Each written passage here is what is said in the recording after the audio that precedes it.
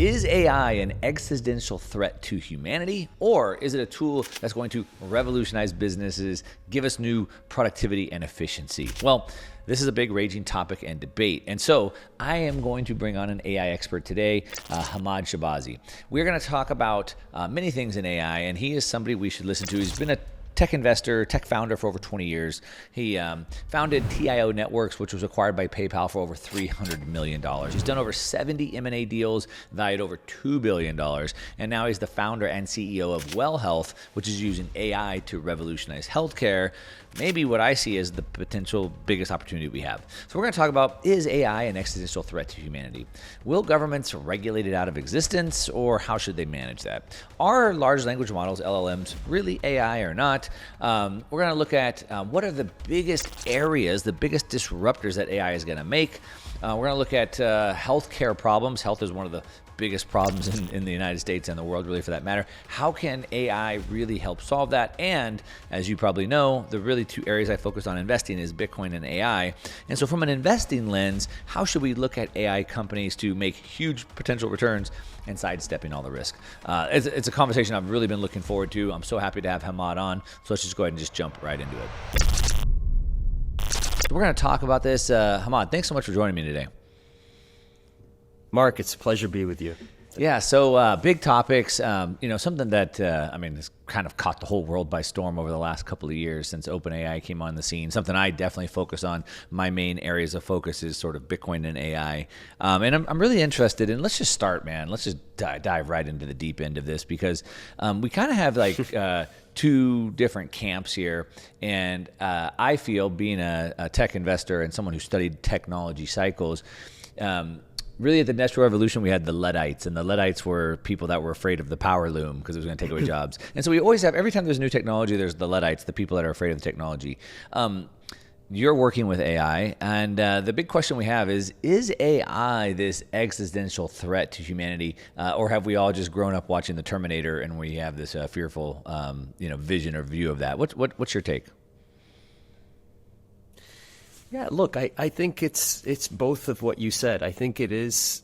I think it can be existential threat, and I think it can be an incredible boost in productivity that supports humanity and provides societal value. I think that if we don't regulate this amazing thing that not everyone truly understands, it does have transformational potential in positive and negative ways.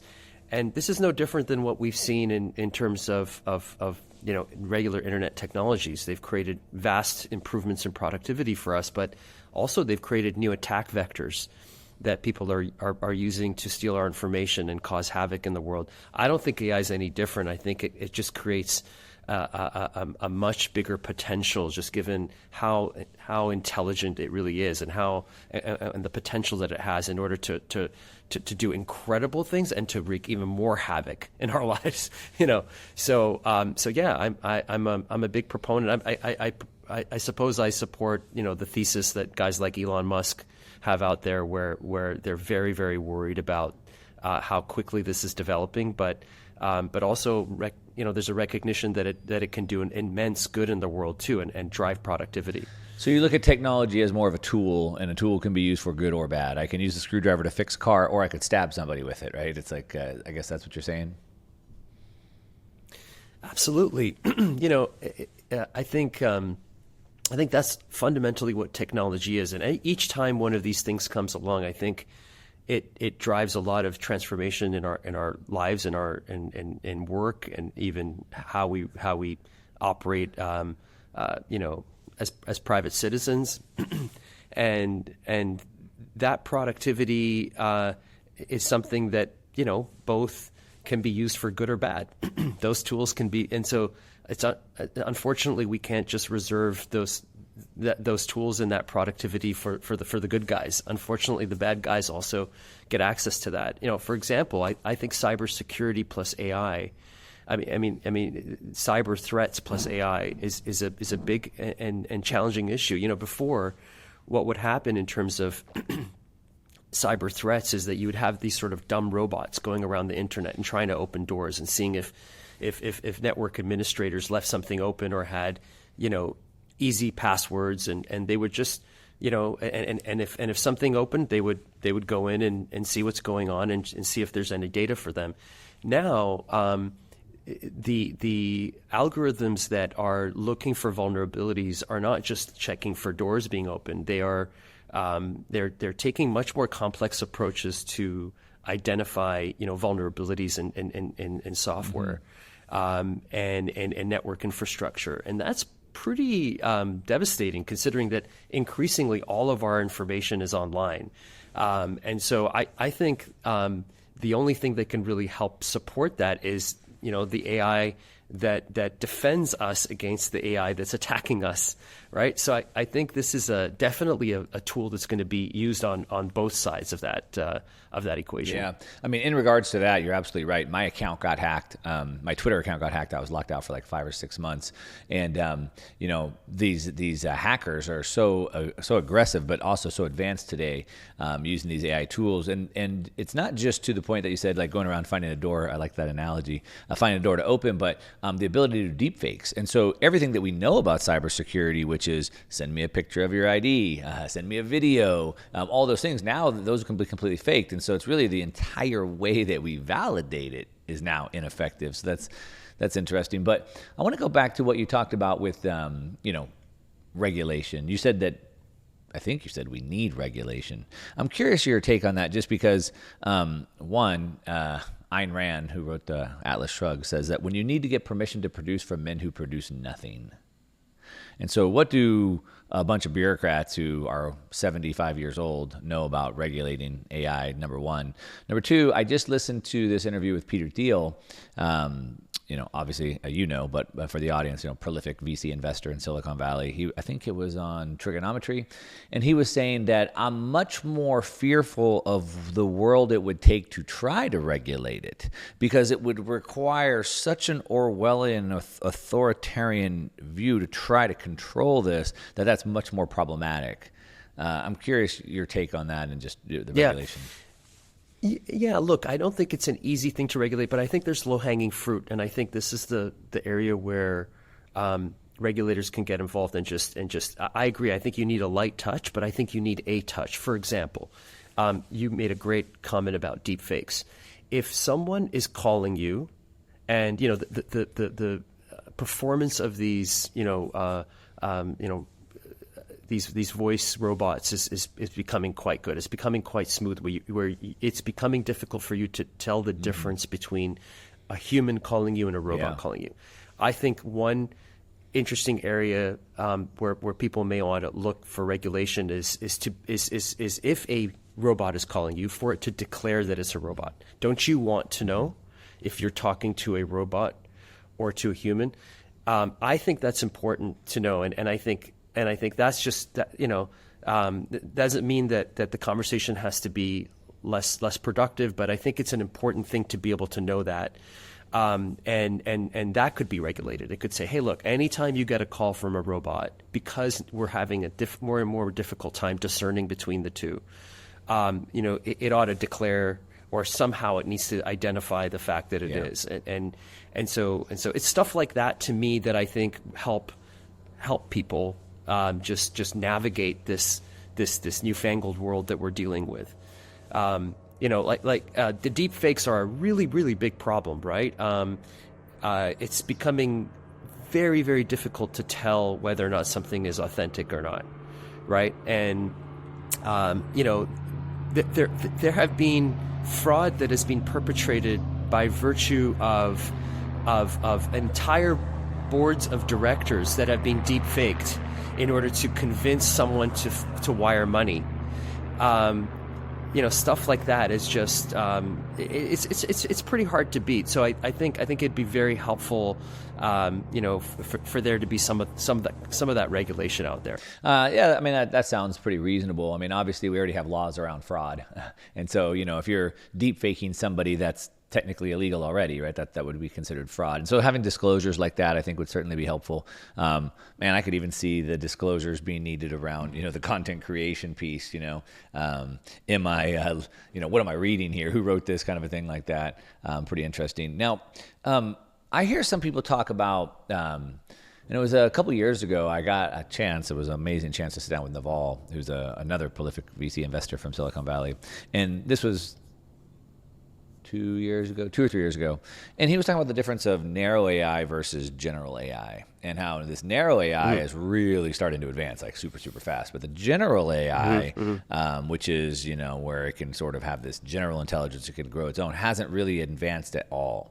And that was a couple years ago, so maybe that's changed. But I also see people say that really what we have today is really large language models, LLMs. And really what they've done is they've taken language and broken that down into data. And it's not really AI. What's your take on that? Well, I think there is this kind of notion that there's sort of symbolic AI and generative AI, right? Symbolic AI is essentially processing and mining vast sums of data. It is then learning how what the relationships associated with that data are. That data is being trained, and you're basically looking at this data to find anomalies. In rules-based order, or when you question a piece of data, when you prosecute data and you want to know something, when you have rules and you say, please let me know the values that exceed this because you're looking for something. Sometimes you don't know what you're looking for. You're just looking for what are the anomalies in this data that I don't know. What's the needle in a haystack? That's where AI is incredibly valuable. That's symbolic AI. Generative AI is we have so much data, and it starts to inform our view of how to essentially complete complete a sentence. When we're writing something, there's so much data, and they've been able to stitch it together and effectively train it in such a way that where it can actually start to generate responses. I mean, essentially, it's all AI because it is leveraging the power of data and unlocking the power of data in order to provide some kind of insights. But I think if you're sort of an AI purist, you could say only the symbolic AI is the true AI. So I think it comes just back to your perspective. But to me, generative AI, it looks like magic, and it's pretty incredible. But it is dependent on the data inputs in that large language model. Mm-hmm. So if there's garbage in there, you're going to get garbage out. And a lot of what's starting to happen is people are producing large language models based on more precise data sets, and so smaller models that are specific to particular areas, and you can then get very interesting kind of opportunities to let's say you have all kinds of different medical publications that it would be really hard to go through and read all of them, but then the ability to just question that large language model and essentially get responses, instantaneously. That is something that really unlocks the value of data, and that's what we're starting to see. Is for the longest time we've all been sitting on all this data, and companies have been saying that we've got all this data. Everyone's very excited about sitting on the data, but that's all they've been doing, just sitting on it. No one has really been able to unlock the value of data until now. And the price of doing that, and that's what's very exciting, is that this has become so accessible to so many. And so now we're starting to mobilize all this data. I mean, I work in the healthcare field. 30% of the world's data is generated by the healthcare industry. By next year, there'll be 36% growth, compound growth in all the data that's generated in the healthcare industry. It's an enormous amount of data. And so how are we ever going to unlock the value of it without things like large language models or symbolic AI? And the complexity of the human body requires that type of data in order to be able to unlock true insights in terms of predictive analytics, in terms of precision health, in terms of all kinds of different things, right? I know, as I've used it more and more and more just in my own business, and, I go through a lot of financial reports and SEC filings and things that are hundreds of pages long. And the ability for me to have these little mini agents built where they can go get the data, bring the data back, go through the data, tell me who, based off of who I am, what questions I should have, answer those questions for me, write us something. I feel like I'm in that movie Limitless when he first takes the drug and then all of a sudden he's like writing and like you see all the data. I feel like I'm like that, like the ability to go through this data. I do almost feel superhuman. I also talk a lot about Bitcoin, and one thing that I'm really interested in is where AI and Bitcoin can come together. And the reason why is because Bitcoin is borderless, permissionless, censorship resistant, those things, but it's also personless. And so that means obviously only a person can get a bank account, but now a machine could have a bank account and could go out there and do these economic things. And so like, what does that open up? We don't even know.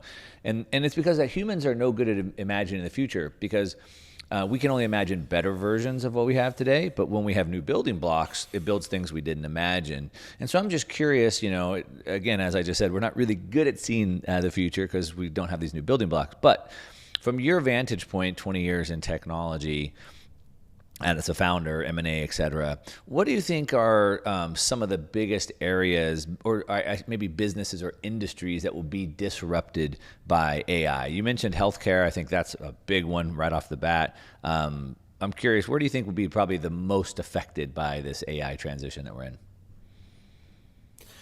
Honestly, I don't think there's an industry that will not be affected. I think that there's so much First of all, I think all kinds of different administrative burdens, will be addressed through the use of AI. I think like the legal profession will change dramatically. Like, why would you want lawyers to sit there and draft, these significant documents? They would get paid, significant amounts of money in order to do this very complicated and complex work of looking at all the different legal codes and covenants that they must, respect, and writing contracts that interact with those changing legal covenants and laws. And that's just mind-bending work, right? It's very complicated and mind-bending. And now, it's clear that a machine will be able to do that better and make less mistakes than a human would. It's clear that a machine will do a better job of interpreting an X-ray result than a human would. Now, these things are truths. This is what's emerging. But it doesn't mean that humans won't be able to play a role. I'll give you a great example. We already have a scenario right now where where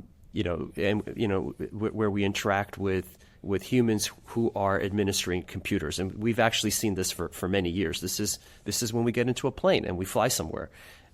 It's actually not the plane, the pilot that's flying the plane. It's the onboard computer, and that's been happening for decades, right?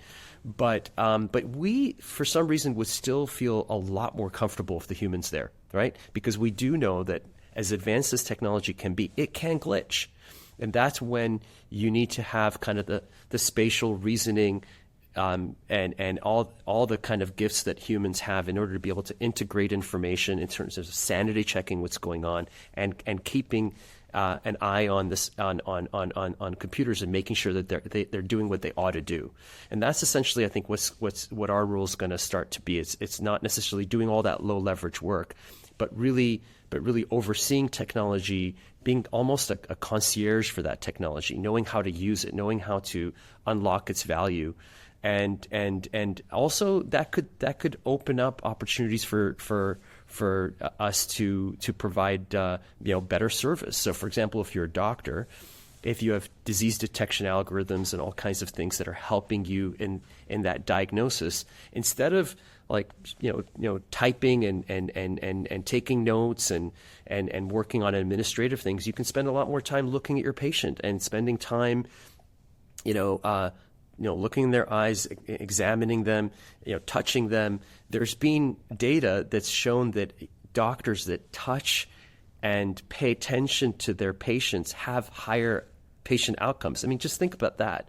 If a doctor pays more attention to you and touches you and shows more and directs more of his personal energy or her personal energy towards you, that could elevate your patient outcomes. So I think there's all kinds of interesting things that'll happen as a result of AI, and a lot of them I think could be very good.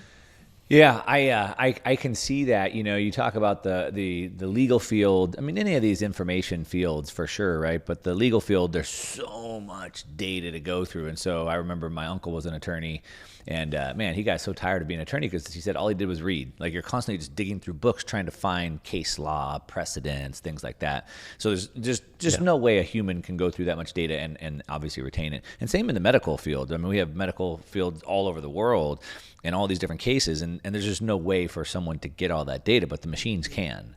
And I think to the point that you're making, sort of, it's a tool, so it helps humans do a better job as opposed to replacing humans. For whatever reason, my worldview, I don't think that machines replace humans. I think we always need the human creativity, and I don't think machines are good at data, but they're not good at creativity.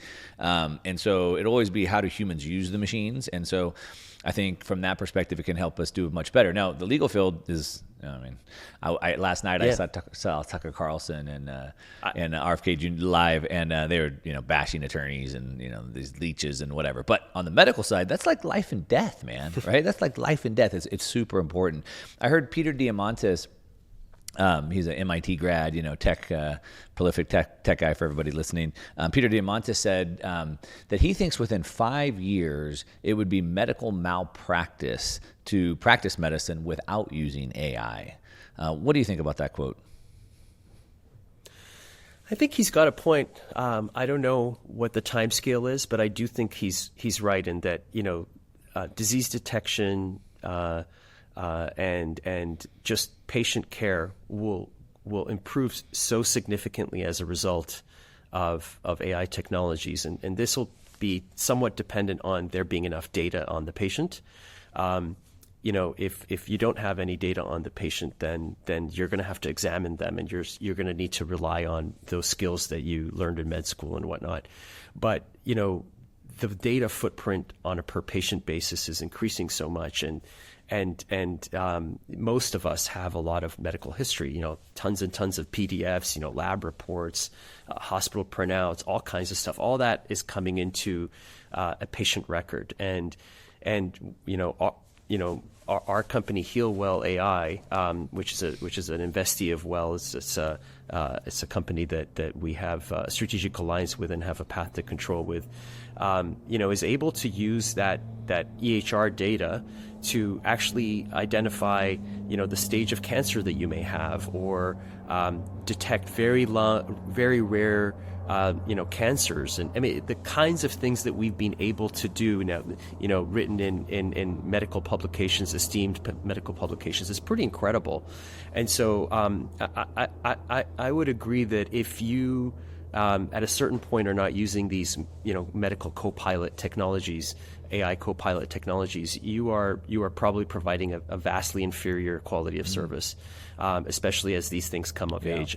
And they're coming very quickly. Yeah, I can imagine. I mean, to your point, right? So it's like go through your medical history in a second. Like I already kind of referenced. I mean, I'll download like SEC filings and just load it in, and I mean, the amount of data I get is incredible. So like it could like instantly gobble up your entire health history and give you that. But then it could go out and go, what is this specific thing, this specific cancer, this specific ailment against everybody else that has your blood type or your diet or your and what does it have to say? And there's just no way a human can do that. So I'm really interested in how it solves healthcare because I'm pretty into health, not so much through pharmaceuticals and doctors, but more natural. But I'm interested. That RFK said last night that when his uncle was president in the '60s, chronic health problems in the U.S. were 6%, and today they're 60%. And he said that in the U.S. in the 60s spent $0 on chronic health, and today the U.S. spends $4.3 trillion on chronic health. So being able to solve some of these is really big. So you founded a company, Healwell, right, is to kind of go address this. And I'm guessing, I believe as an entrepreneur, we solve problems. So what are these big problems in healthcare that you're truly trying to focus on with Healwell? Yeah, so Healwell is really just doing what we just talked about before. It's taking vast sums of data, and it is essentially creating, insights for two groups of people. clinicians and doctors who are operating in clinics and the pharmaceutical industry. So, we talked about one of them. They're creating, physician co-pilots, cardiology co-pilots, basically co-pilots that help detect disease based on what's in the patient record, provide notifications, and what we call risk stratify patients. So basically, they can say, "Hey, look, these are people who are at high risk in your patient record, Mr. Doctor. We've scanned your roster and we've identified people who at higher risk of COPD or chronic kidney disease, and we noticed that the dosage that you're using." For that person, let's say that they're identified as someone who has chronic kidney disease, but they're kind of underdiagnosed, meaning that they should be on a much higher dose. It'll just sort of identify those things, just like the engine light when a pilot is flying a plane and it sees a notification, say, "Oh, okay, I'll clear that notification. Thanks for letting me know that." Same thing, like. These notifications are popping up and the physician can take action. There's so much data. There's so many things to look for. It's very difficult for a physician to actually be able to proactively go into the health record and identify all these things by themselves. So this is what Healwell is doing. It's identifying those types of things. On the pharmaceutical side, it is doing the same thing. It is taking data and it is taking both structured and unstructured data, same as for physicians. This means all the different doctor nodes, all the different information that's coming into the patient record, and it is finding out for the pharmaceutical industry how their drugs are doing. Once you get FDA approval and the drug gets out there, it's in the wild. The pharmaceutical industry starts to get grainy as to what's actually going on. Is it helping? Is it hurting? How does adherence work? So getting that kind of information back to the pharmaceutical industry, helping them find patients, finding patients. You ever notice that FDA approvals can take an incredible amount of time, just go through the process of clinical trials? A lot of that is just finding patients because it's really hard to find them. What if you could just leverage AI technologies to do that? So these are the types of things that Healwell does and can do. And so they have been building the AI co-pilots that Well Health Technologies, which is the company that I run and founded, is using across Canada. We're the largest owner-operator of outpatient medical clinics in the country, and so we're treating millions of patients. And this has provided us with a huge, productivity and efficiency enhancement. And I want to go back to something that you were saying about chronic disease. A big part of the growth in chronic disease that we're seeing is behavior. Right? And now what's interesting is starting to happen as a result of AI and data is physicians are starting to, provide you with recommendations on how much you should move and how much you should sleep. And these are the types of things that are contributing to the explosion in chronic disease. So you may notice I'm wearing this ring. This is called an Oura ring.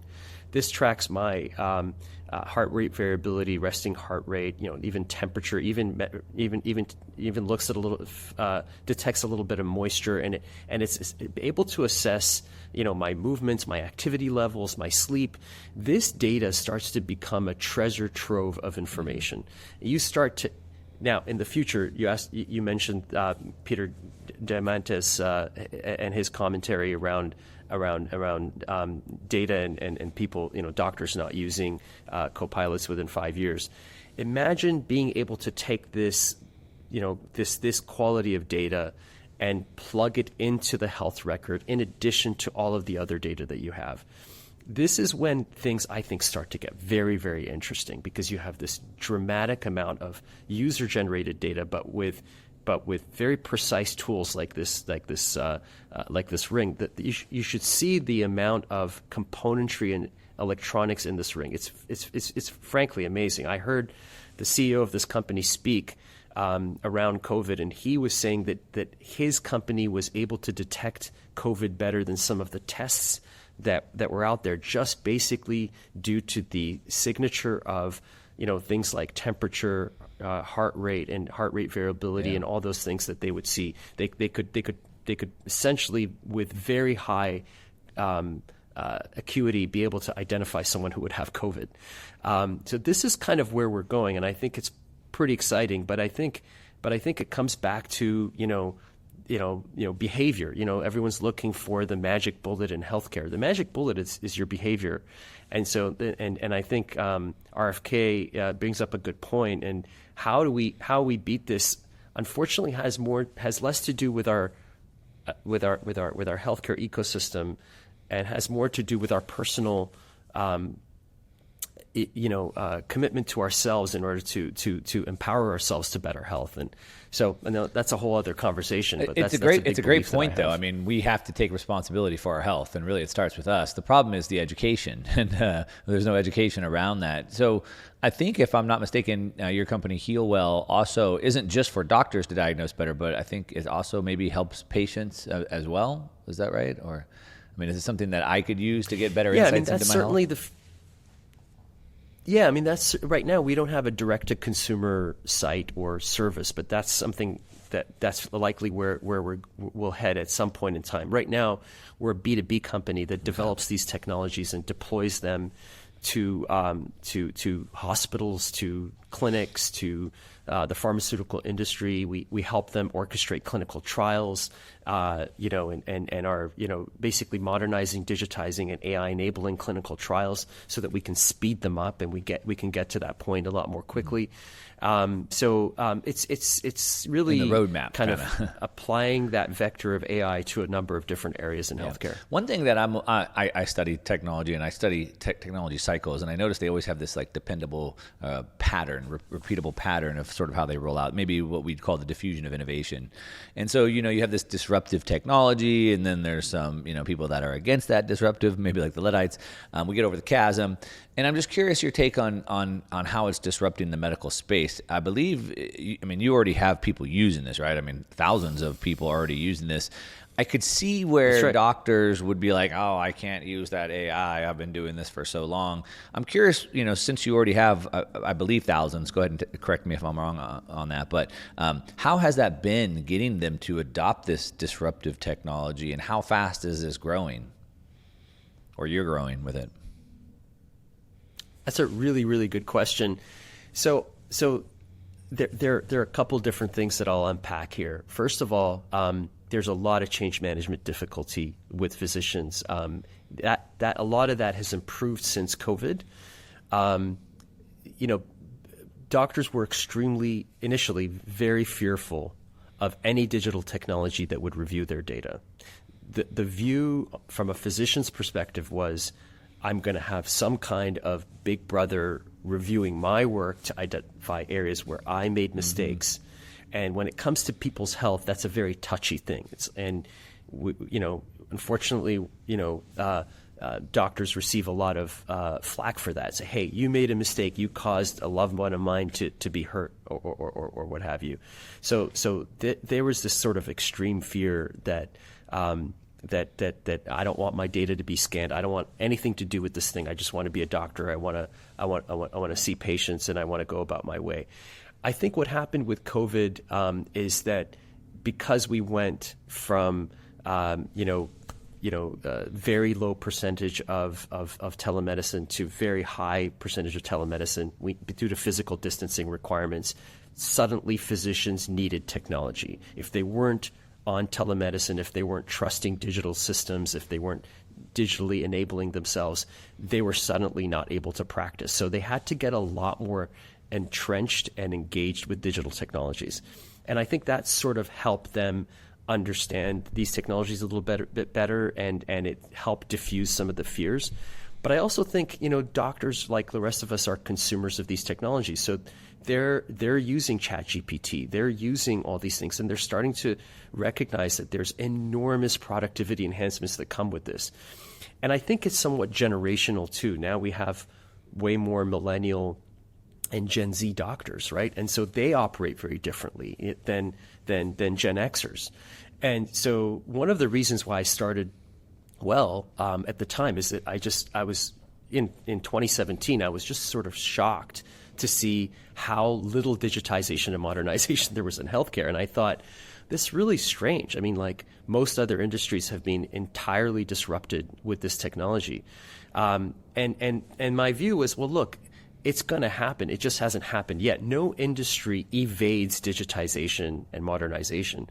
And so the entire thrust of the business plan at Well Health Technologies was tech-enabled care delivery and supporting the healthcare practitioner with tools, understanding that they'll adopt those tools when they're ready, but also understanding that there was a generational shift. A lot of times when we look at that adoption curve, we have to recognize that these people also change over time, and there are certain generations that are probably going to be less receptive to these technologies in certain generations. And as we move forward, we're just going to have more adoption just by virtue of the fact that we're consumers of these technologies.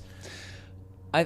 Thinking about it from like an investment lens, I was kind of thinking about this as from my VC lens. I've been doing VC stuff. I'm a partner in a VC hedge fund, a Bitcoin VC hedge fund, and we're looking for obviously areas that are disruptive. And we're looking for sort of this convergence. And when I think about back to kind of like RFK's talking about like this explosion of health problems, and then you have a revolutionary technology like AI that could then come in and help that. And so you sort of have this like massive growing industry that's sort of like recession proof, because I mean, when you're sick, doesn't matter what the economy is doing. So you have this massive growing industry, and then you have this disruptive technology coming in. It seems pretty explosive. That's how I would think about it from a VC level. So, I mean, how big do you think like this sector is, and maybe this convergence of healthcare and AI? I think it's incredibly big. I mean, if you think about it, healthcare is typically the largest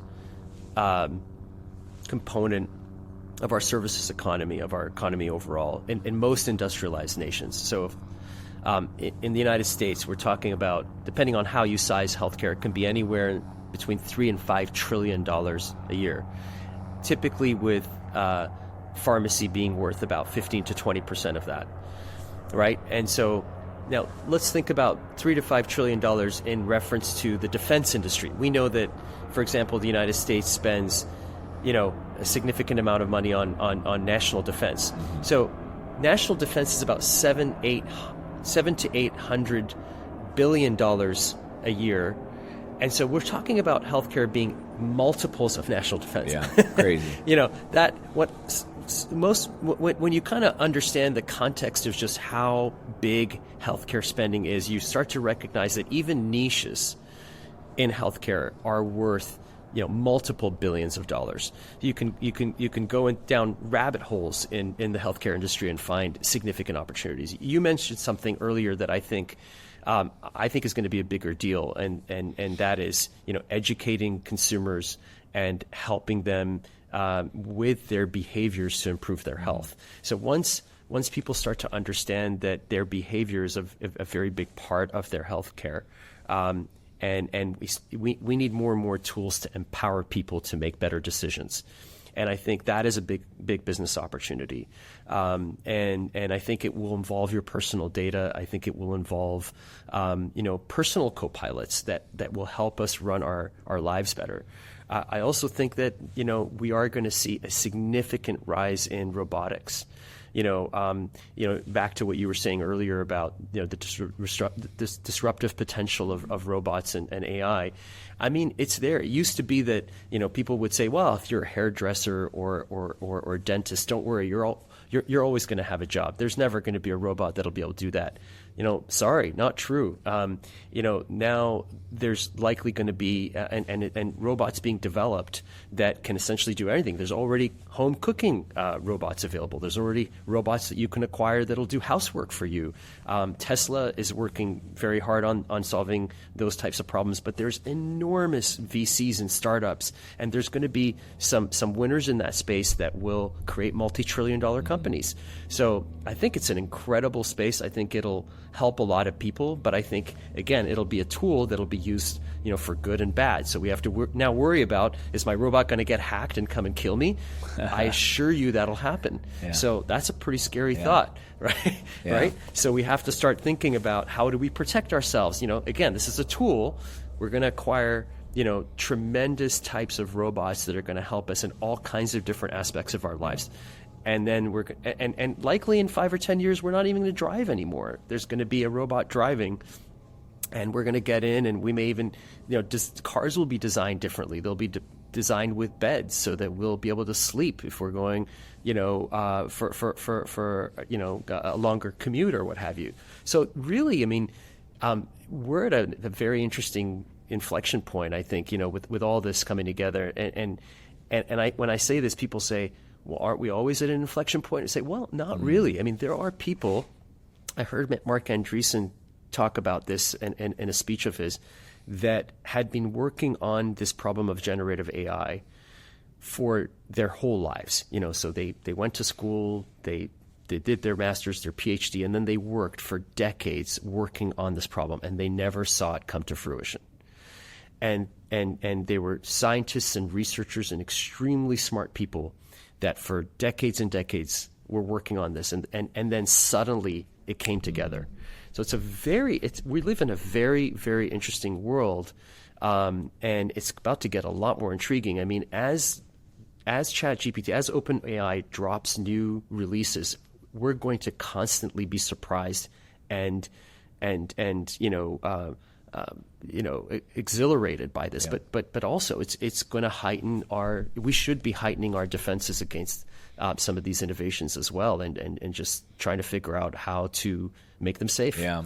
I always say, like, I want the convenience and the efficiency of the technology. I just don't want it weaponized against me. And so there's like trying to find that balance. But going back to what you just said about aren't we always on the brink? And the answer to you said no, and I agree with that. I spend a lot of time talking about cycles, and there's one cycle that I invest along, and it's called I call it a quantum leap cycle. It happens about every 50 years. It's kind of more broadly known as a chondroitive wave cycle, a K-wave cycle. And about every 50 years, there's a technological revolution cycle generally, where basically there's a cluster of technology that gets developed that leaps the world forward and drives financial markets. And so there's been 5: industrial revolution, steam engines, railways, electricity, steel, heavy equipment, oil fuels, automobiles, mass production. 1971 was the microprocessors, which brought internet, telecommunications, and personal computers. And now we're starting the 6th one right now. And I call this like the investing black hole. The hurdle rate at the rate of debasement is about 10%, plus we have CPI price inflation. The real hurdle rate for an investor is not the 3 or 4% CPI number that we're being fed. It's really the rate of debasement plus price increases. It's really about 13, 14%. When you look at all the asset classes in the world, the only ones that have beat that hurdle rate are Bitcoin and the NASDAQ, so basically tech. And the reason why is the only place to really invest is in that current cycle. Like the last 50 years has been dominated by telecom, personal computers, and internet. Obviously, before that, it was dominated by Ford, GMG. And so I think really like Bitcoin and what I'm calling Bitcoin 2.0, like companies building on around that, and AI are really the only places that we should be focusing on. And so I write a newsletter that focuses on just the intersection of that. And obviously this AI is there. So I'm curious, just from an investor standpoint, like I said, I pound the table on this is where you want to focus your investments. What are some things that you would look at from being an AI investor? I mean, like using your company for an example, a lot of them are very early stage. You already have customers and revenue. What are some things that you think of, from an investor lens that we would look at through AI companies like yours? Yeah, look, I think that essentially now AI co-pilots for every type of profession, right? I think are going to be incredibly important. I think if you're an investor, you're now looking for where are the gaps, where are the white spaces where people have not been building these co-pilots that can take data, that can create insights, and then they can take those insights into some kind of software and workflow and improve the productivity of someone who's working somewhere important. I'll give you a great example, like insurance, right? So in an insurance company, someone's receiving those insurance claims, someone's processing them, someone's putting eyes on them, someone's making a decision around something, but it's likely related with a whole bunch of a framework of decision making that the insurance company already has. So if I'm an insurance adjuster, I probably process a certain number of claims every day. I could probably, significantly increase the number of claims that I could process every day by using some kind of copilot technology that was designed for me that would help improve my workflow dramatically. It's that use case against every single person who's out there doing something that creates an opportunity for a startup. And this is what we've seen time and time again, whether it was the mobile computing revolution, whether it was just the internet altogether. It was any time something new and enabling came up, eventually it started to proliferate and create efficiencies and productivity enhancements in practically any and every industry.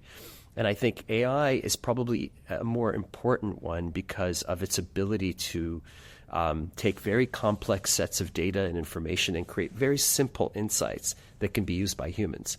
So I think that the startup opportunity in AI is substantial, but I think most of that has been limited to software until now. What we're starting to see is we're at this kind of convergence or this very interesting point where now robotics has progressed quite a bit, right?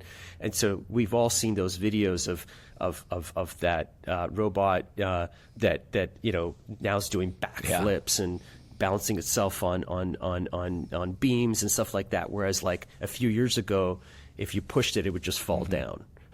Right now, you could basically take baseball bats against it, and it's gonna be just fine, and it's gonna balance itself perfectly, and it's gonna do a backflip and a front flip, and land on one leg, and all that is pretty incredible. So think about that in addition to all these insights and that we're able to process from data, and in addition to how we can now generate solutions and act on data, and you start to be able to see that it's not an unreasonable thought to think that humans may not be as useful as we were before, and so we start to have to and so of course there's enormous wealth creation potential in that, right? And it does come back to this point that a lot of people have made in the past. Ultimately, decades from now, will we all be on some kind of universal basic income because it'll just be really hard to compete with a robot? I mean, it sounds really far-fetched, but it'd be really hard to compete with a really good robot. Well, it was for a chef. It was hard for the field. It was hard for the field workers right? to compete with a machine that can come and do the work of 5,000 men too. And so, every technology cycle we've seen that same thing. When those 5,000 when those 5,000 jobs in the field were replaced with a machine, we had a problem. What do those 5,000 men do? And it turns out what they went and did was science and medicine and technology, right? So what we should be doing is removing lower level tasks and working on higher level tasks, and so that's kind of where I see it. But you're absolutely right. It's yeah. I mean, I was just reading. I was just reading that more and more surgeries are starting to happen with AI robotics. Yeah. So think about that. Think about something as important and as just you're vulnerable. You're in such a vulnerable state where your body's being opened up, so something very important can happen. Tumor can be taken out, or something can occur as a result of that operation, and yet they're saying that robots could actually perform some of these surgeries better and make fewer mistakes. Right, so we're in 2024. What is it going to look like in 2034? Or yeah. So it's clear where it's going. Yeah. And so I think as an investor, where you're applying capital, you're looking at this tool and you're saying, what are the good things and bad things that can come out of this tool? And I can sort of, that can inform my views of where to allocate capital, where I can see returns. What is interesting to note too is that teams can be smaller now and achieve much bigger things than before. A lot of people don't recognize that. Like what used to be, what you may have in the past needed 20, 30, 40 developers with, now you may be able to do with 3 developers just because of the power of AI technology. So that's also changing dramatically the way that investors think about productivity and what they're looking for. And again, that ratio isn't a real ratio today, but that's where it could go we're certainly starting to see, developers become a lot more, valuable if they're able to leverage AI technologies, and that's only going to accelerate over time. Yeah. When you talk about machines doing surgeries, I mean, how many coffees did my doctor have this morning? How shaky is his hand? Maybe a robot doing that isn't such a bad idea. Yeah. Yeah. So, I want to wrap this up, but like I said, I write this newsletter focusing on Bitcoin and AI, and this is right there in the crosshairs. And to your point, part of the reason why I'm so interested in investing in this AI stuff is to the point that you made. Business can be so much more efficient. So you said one guy could do the work of multiple people with this, and so when companies are more efficient, that means they have more profits. And when they trade at high multiples, like tech companies do, so higher multiples at higher profit levels typically means a pretty good return for investors. But I want to wrap this up, Hamad. You've been such a help. I really appreciate all the insights that you've had. Like I said, as someone who focuses on this area, I love to talk to the people in the trenches that are building this out. Go ahead and just tell us, for everybody listening, where they can follow up with you or the company if they want to, follow what you're doing or learn more about Healwell and the company.